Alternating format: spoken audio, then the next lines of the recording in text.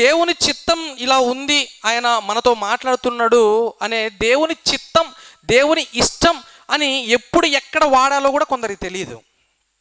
ఇప్పుడు ఒకడు తాగి తాగి తాగి తాగి చచ్చిపోయాడు అనుకో, అతన్ని ఏమంటారు?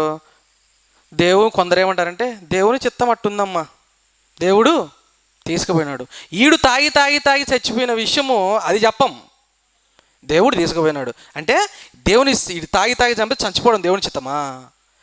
ఈమె ఎగ్జామ్స్ ఫెయిల్ అయి ఉంటుంది, ఇతను ఎగ్జామ్స్ ఫెయిల్ అయి ఉంటాడు. దేవుని చిత్తం తల్లి, మా అమ్మాయి ఫెయిల్ అయిపోయింది, ఇందులో దేవుని చిత్తం ఉందా?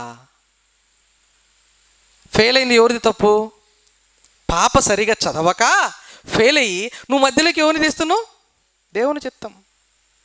పెళ్లి చూపులకు పోయినప్పుడు వాళ్ళ బంగారుకో, లేకుంటే వాళ్ళ కట్నానికో, వారి కాళ్ళుకో, వారి అందానికో, వారి కార్లకో, అందానికో, ఆస్తికో అంటగట్టేసి పాపను, మన ఇంట్లో ఉన్న పాపను వానికి అంటగట్టేసి వాడు తీరా తాగుడుపోతాడై కొడుతూ తిడుతూ చేస్తూ ఉంటే మీరు రాతలా ఏడ్చిందమ్మా, దేవుడు అట్ట చేసినాడు, దేవుని చిత్తం అమ్మ, మనం ఏం చేద్దాం, మన చేతుల్లో ఉందంటే చేతుల్లో ఉండేది నీ చేతుల్లోనే, నువ్వే నాశనం చేసింది, మళ్ళా దేవుని చిత్తం అంటున్నావు. ఇది ఎంతవరకు కరెక్టు?